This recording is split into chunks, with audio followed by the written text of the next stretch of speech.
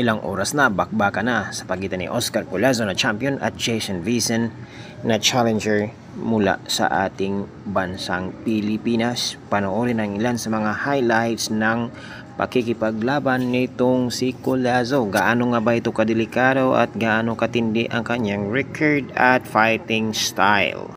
Kung sa lakas lang ng suntok ang pag-uusapan, hindi pa huhuli itong Puerto Rican dahil nga sa taas ng knockout percentage nito. Meron lang naman itong records na 12 wins with 9 of those fights natapos sa isang knockout.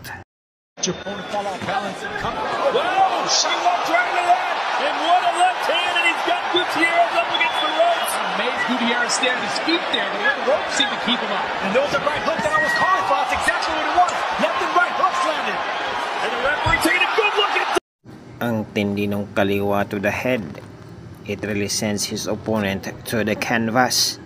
Grabe mga boss. There goes Gutierrez. 4, 5, 6, 7, 8, 9. Está bien. ¿Qué sigue? Ven. Dame la mano. ¿Qué sigue? The body language tells it. Left. Gutierrez has got to get off the ropes. Caught him on the temple. This is what he promised. Fireworks and another knockout. Look at how calm Collazo's remaining. Not smothering the power either. Looking for the beautiful shots. And the referee steps in and stops it as El Pupillo. Excited ka na ba sa fight ngayong araw? Stay tuned here sa ating page para makapanood ng laban. Salamat ng marami. Y desde Puerto Rico, the champion, el pupilo, Oscar Collazo.